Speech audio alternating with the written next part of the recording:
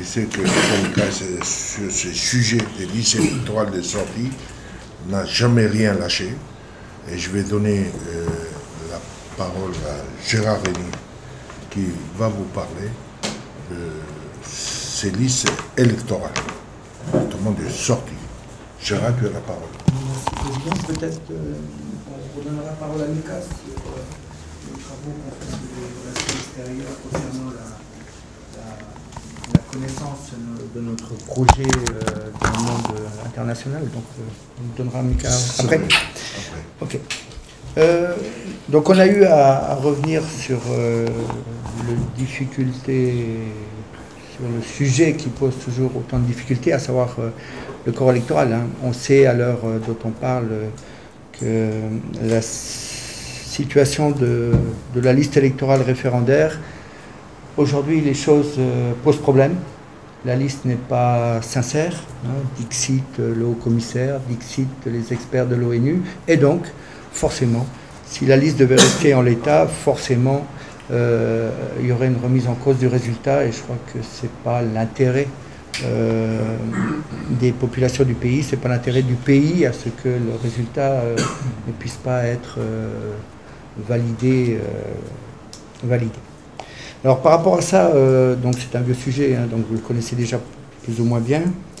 Le positionnement de la convention de samedi, nous souhaitons réellement que cette consultation se passe dans les meilleures conditions et qu'elle soit le plus sincère possible. Et pour ça, nous souhaitons que toute personne qui doit être sur ces listes soit sur ces listes.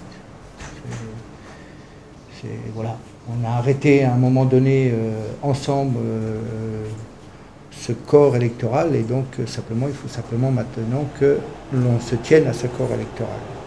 Et d'ailleurs, c'est l'article 6 du Code électoral, l'obligation d'être inscrit sur les listes électorales, c'est le Code électoral qui le dit lui-même. Le souhait donc de la Convention, c'est que les listes référendaires soient les plus sincères, et par rapport à ça, on soumet donc ce problème au prochain comité des signataires, et on souhaite que ce problème soit réglé au prochain comité des signataires. Si vraiment on veut pouvoir travailler sereinement, sans avoir de difficultés dans les messages, dans la compréhension, dans les tensions qui pourraient apparaître, on souhaite que ce problème de liste électorale soit réglé au prochain comité des signataires, et on souhaite que l'État prenne toutes ses responsabilités face à cette compétence, puisque c'est une de leurs compétences, et à cette problématique. Ce que nous préconisons, vous savez que c'est le seul, d'ailleurs, c'est le seul groupe de travail qui se réunit encore sous la responsabilité de l'État, hein, puisque tous les autres groupes de travail, que ce soit mine, métallurgie, avenir institutionnel, n'ont plus de fonction. Le seul groupe de travail qui se réunit encore sous la responsabilité du haut-commissaire, c'est le groupe de travail sur les listes électorales, qui se réunit pratiquement tous les 15 jours. Et normalement, on devrait avoir une réunion jeudi après-midi. Normalement, c'est ce qui est prévu. Ce que la Convention a retenu, donc, c'est une inscription automatique sur la liste générale, aussi bien pour les personnes de statut coutumière que pour les personnes de statut de droit commun nées en Nouvelle-Calédonie et présents sur le pays à la date d'aujourd'hui. Cette inscription automatique donc, peut être décidée, doit être décidée au prochain comité des signataires, et donc peut se réaliser à partir du 31 décembre, puisque l'État peut proposer donc aux communes de faire l'inscription de ces personnes. Vous savez que ce groupe de travail qui se réunit est en train d'identifier toutes les personnes, aussi bien de statut de droit coutumier que de statut de droit commun, sur ces personnes qui ne sont pas inscrites sur les listes électorales. Donc il y a un chiffrage qui va être donné à un moment ou un autre, nous on espère le plus rapidement possible, fin septembre, afin qu'on sache exactement, on parle de combien, et qu'il n'y ait pas d'ambiguïté sur les chiffres et sur le nombre de personnes qui manquent à ce corps électoral. La technique, c'est qu'ensuite, ces personnes donc inscrites sur la liste générale puissent être traitées au moment des réunions des commissions administratives spéciales, afin que ces commissions administratives spéciales inscrivent sur la liste référendaire selon les critères de l'article 219 de la loi organique, et donc que les choses se fassent telles qu'on l'a décidé au moment de l'accord de Nouméa, les critères qu'on a définis au moment de l'accord de Nouméa. Pour ce faire, il y a une condition que la Convention va rééditer au prochain comité des signataires, c'est qu'on ouvre une période d'inscription plus large. Normalement, la période d'inscription devrait s'arrêter au 31 décembre, pardon, et donc qu'on l'ouvre jusqu'au mois d'août-septembre pour pouvoir finaliser ce travail et le faire dans les meilleures conditions, donc août-septembre 2018. L'autre décision de la Convention, c'est une de nos responsabilités de faire en sorte que les gens soient inscrits sur la liste électorale. Maintenant, il y a notre responsabilité de mouvement indépendantiste et mouvement qui souhaite que nous ayons une majorité en 2018, c'est de faire un travail sur le terrain, bien sûr, à la rencontre pour veiller à ce que tout le monde soit inscrit et en même temps faire en sorte qu'ils aillent voter, puisqu'on ne va pas inscrire les gens pour qu'ils s'abstiennent. On va faire en sorte que les gens votent en 2018. Et donc, c'est un travail de militants sur le terrain qu'on va continuer à orchestrer.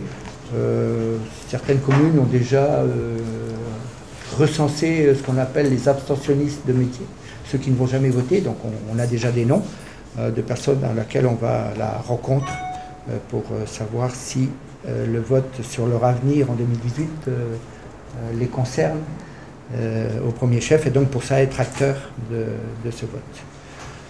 L'autre point qui a été pris, que la Convention a acté, c'est que les communes des îles, donc les îles Lifou, Marais, Ouvéa, mais l'île des Pins, l'île Belep aussi, pourront créer des bureaux de vote décentralisés sur Nouméa, justement pour permettre à tout citoyen de pouvoir voter dans les meilleures conditions. Donc vous savez que un billet d'avion ou un billet de bateau, et puis même matériellement, si tous les électeurs des îles qui vivent sur la Grande Terre devaient se rendre aux îles, matériellement, on ne pourrait pas le faire. Sinon, le faire sur un mois, ce qui ne répond pas aux contraintes économiques du pays. Et donc, il y aura cette faculté de pouvoir ouvrir des bureaux décentralisés sur Nouméa et faire en sorte que les gens qui sont des électeurs des îles puissent voter sur Nouméa au moment de la consultation 2018. Voilà ce que la Convention a acté concernant le corps électoral. Merci. Bien, merci à Gérard. Je vais donner maintenant la parole. Valider notre projet d'indépendance au mois de mars dernier, le Congrès d'Imba avait aussi validé le fait qu'il fallait présenter ce projet-là au niveau régional et international.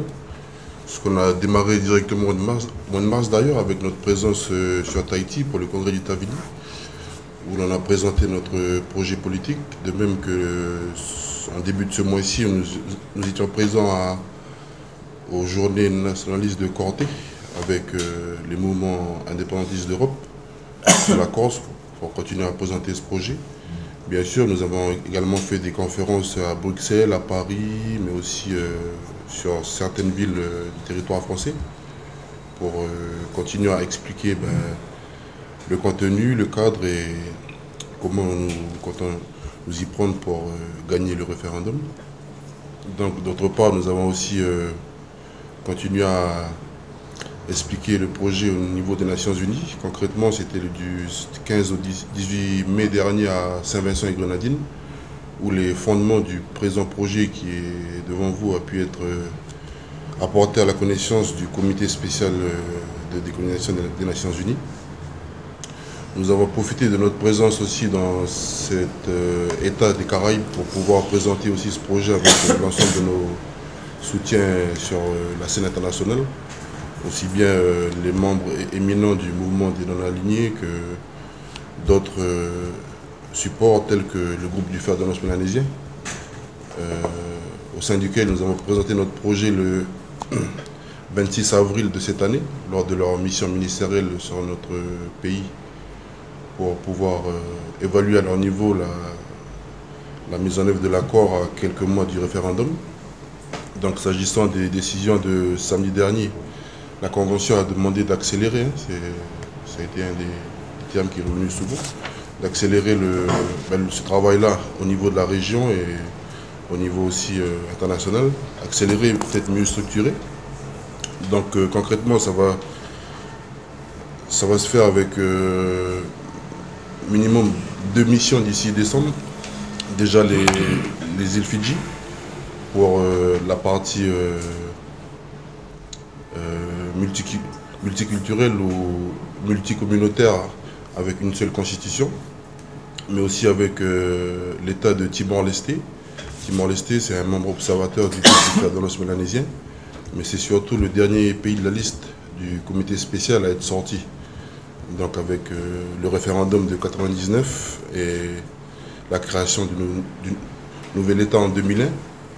Donc vous voyez qu'ils ont mis 3 ans d'espace entre le référendum et la création de la Constitution. Donc ça peut être aussi un point positif pour nous, pour aller sur place, pour voir comment se sont passés le jour d'après. Le jour d'après avec la puissance de tutelle, mais aussi le jour d'après avec les pays de la région. Je crois que par exemple, dans le petit livret qui est là, il y a par exemple le sujet de la défense, sur les compétences régalines. La défense aujourd'hui, si vous prenez le Vanuatu ou bien les îles Salomon, ils n'ont pas d'armée pour pouvoir gérer concrètement leur sécurité intérieure. Par contre, ils s'appuient sur des accords régionaux avec plusieurs interdépendances qu'il faudra aussi, de notre point de vue, développer, travailler et surtout identifier dans quel mécanisme sera le mieux pour nos populations, pour nous, dans le cadre de notre gouvernance future d'un État souverain. Donc voilà, nous allons continuer ce travail-là, ça a été dit samedi, mais surtout ça reste dans le cadre des décisions de l'Embaye. Donc vous voyez bien que c'est un travail un peu sur le moyen long terme, mais sous la haute responsabilité de l'animation, on va tenter de continuer à faire ce travail-là. Donc voilà, il y a le Forum des îles du Pacifique la semaine prochaine, il y a la 4e commission début octobre, il y a plusieurs espaces qu'on a prévu de continuer à investir plus fortement, avec notre projet bien sûr, mais peut-être sur d'autres sujets qui sont aussi convergents. On vient de parler des listes électorales. Début octobre, nous allons nous rendre à New York pour continuer à dire à la communauté internationale que les listes sur le territoire ne sont pas crédibles, ne sont pas sincères, ne sont pas transparentes. Et selon les textes de l'Assemblée générale, c'est très clair, si les listes ne sont pas sincères, crédibles et transparentes, ben, l'acte d'autodétermination il ne peut pas être authentique et sincère également.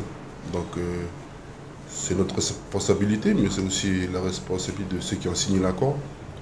Donc peut-être au comité de signataires, comme il a été indiqué tout à l'heure, on va continuer à faire le travail pour réussir la sortie. Merci, monsieur l'animateur.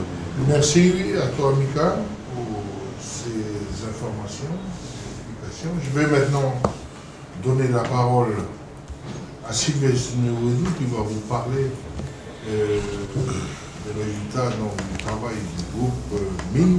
Parce qu'il faut savoir que nous avons mis en place depuis le congrès des Nambaye plusieurs groupes, dont le groupe... Oui, ça. Simplement rappeler que l'industrie minière, donc c'est une 140 ans d'exploitation. Donc, mise en place de première structure de base pour gérer exploiter le nickel. La SLN, donc c'est 130 ans d'exploitation. Le bilan qu'on peut faire aujourd'hui, c'est qu'en matière de formation, il y a des choses à faire au niveau de la SLN. Donc ce qui s'est passé ces derniers temps, donc on a vu sortir de terre des projets qui vont permettre peut-être de rééquilibrer un peu les choses. Je crois qu'en 1982, c'est Jean-Marie qui disait donc il faut distribuer les choses. Mais la première action qui a été faite à ce moment-là, c'est de gérer les titres miniers. Donc, à travers la structure qui a été mise en place au niveau du FLNKS pour évoquer cet aspect donc, de l'économie, hein,